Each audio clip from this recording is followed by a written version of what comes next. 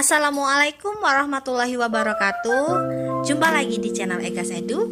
Kali ini kita akan membahas pelajaran prakarya kelas 7 dengan materi pengolahan bahan serat menjadi tekstil. Simak videonya sampai selesai ya, agar kalian memahami materi ini. Dan jangan lupa subscribe untuk mengetahui video-video pembelajaran lainnya.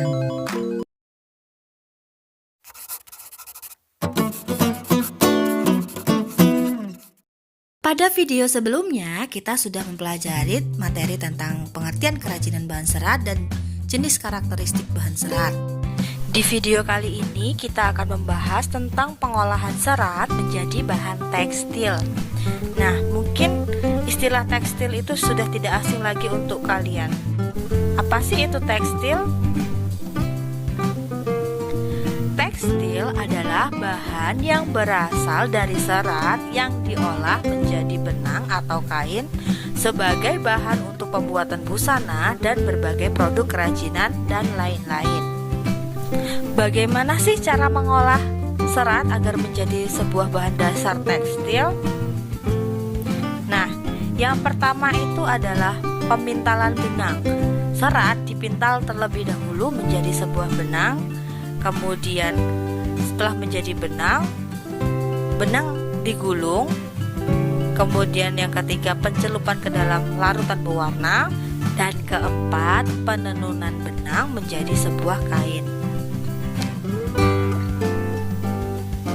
Yang pertama, kita akan membahas tentang pemintalan benang. Pemintalan benang adalah istilah teknis dalam dunia tekstil dari kata pembuatan benang. Dalam bahasa asing, pemintalan dikenal dengan istilah spinning. Kata spinning sendiri itu berasal dari kata spin yang berarti putaran atau pemutiran yang dibendakan dengan penambahan akhiran ing. Proses pembuatan benang sendiri yang paling utama adalah pemberian putiran, sehingga istilah spinning diambil sebagai generalisasi dari produksi pembuatan benang.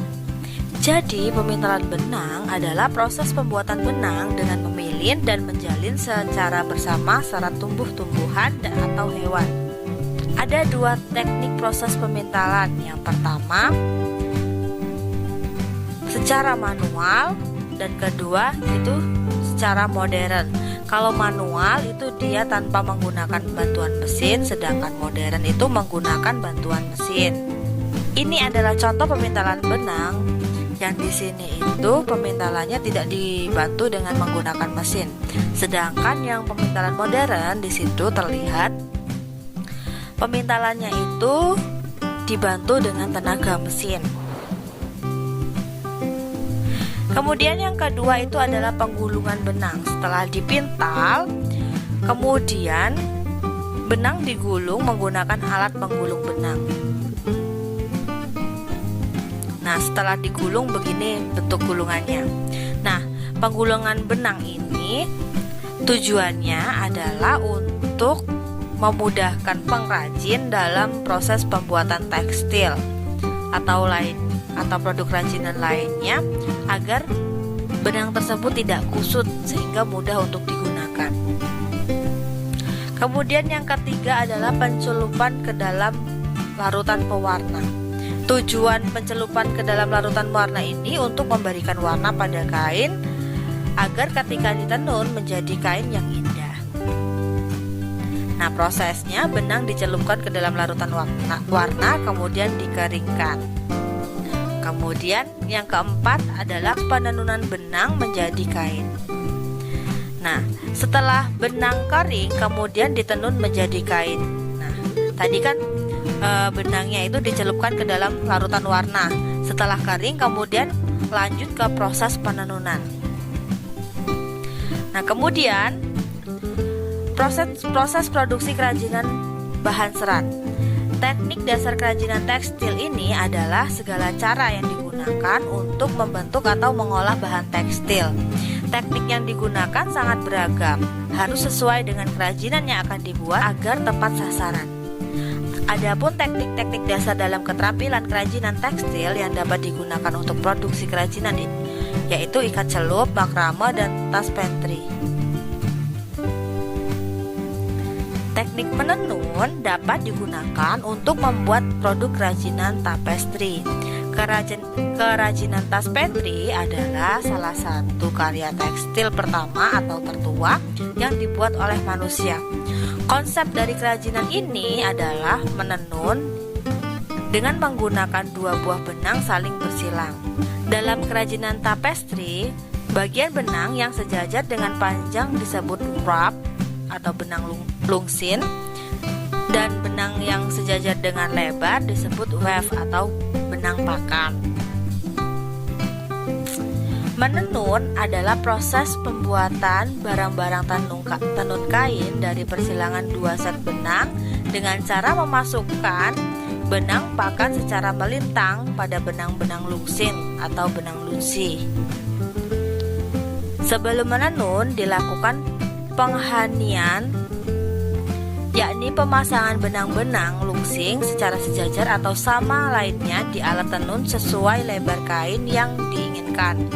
Alat tenun dipakai untuk memegang helaian-helaian benang lungsing, sementara benang pakan dimasukkan secara melintang di antara helaian-helaian benang lungsin. Pola silang menyilang antara benang lungsing dan benang pakan disebut anyaman. Sebagian besar produk tenun dibuat dengan menggunakan 3 teknik anyaman, yaitu anyaman polos, anyaman satin, dan anyaman keper. Ini adalah gambar pola tenun. Nah, benang lungsing itu adalah yang membujur yang berwarna merah, sedangkan benang pakan itu yang melintang yang berwarna biru. Ini merupakan pola anyaman polos. Nah, berikut adalah contoh-contoh kerajinan tas Petri yang prinsipnya itu adalah tenunan. Ini ada hiasan dinding, kemudian ini ada kain tenun. Ini sama, ini hiasan dinding. Kemudian menjahit. Menjahit adalah pekerjaan menyambung kain dan bahan-bahan lain yang bisa dilewati jarum jahit dan benang. Menjahit dapat dilakukan dengan tangan atau secara manual atau menggunakan mesin. Selanjutnya, kerajinan ikat celup. Dalam pembuatan kerajinan ikat celup diperlukan teknik menjahit untuk merintang warna.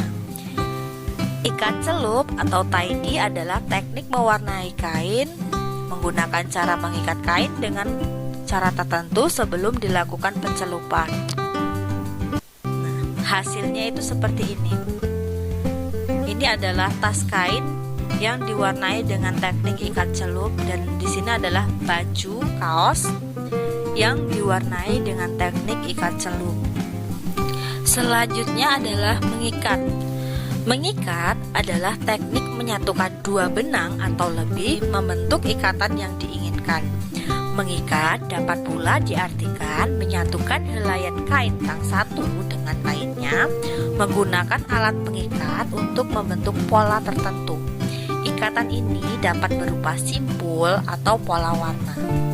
Ini ada contoh gambar mengikat kain dalam teknik ikat celup. Kemudian yang di sampingnya ini adalah contoh gambar mengikat dalam teknik makrame.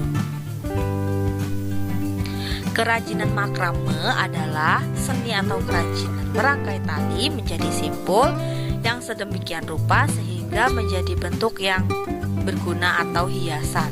Nah, di sini ada dua jenis kerajinan makrame yang memiliki fungsi yang berbeda. Yang sebelah kiri ini adalah hiasan makrame sebagai hiasan dinding. Kemudian yang sampingnya adalah kerajinan makrame yang berfungsi sebagai tas jinjing. Pada video selanjutnya kita akan mempraktekkan cara membuat kerajinan makrame. Ikutin terus channel Egas Edu ya. Sampai jumpa. Assalamualaikum warahmatullahi wabarakatuh.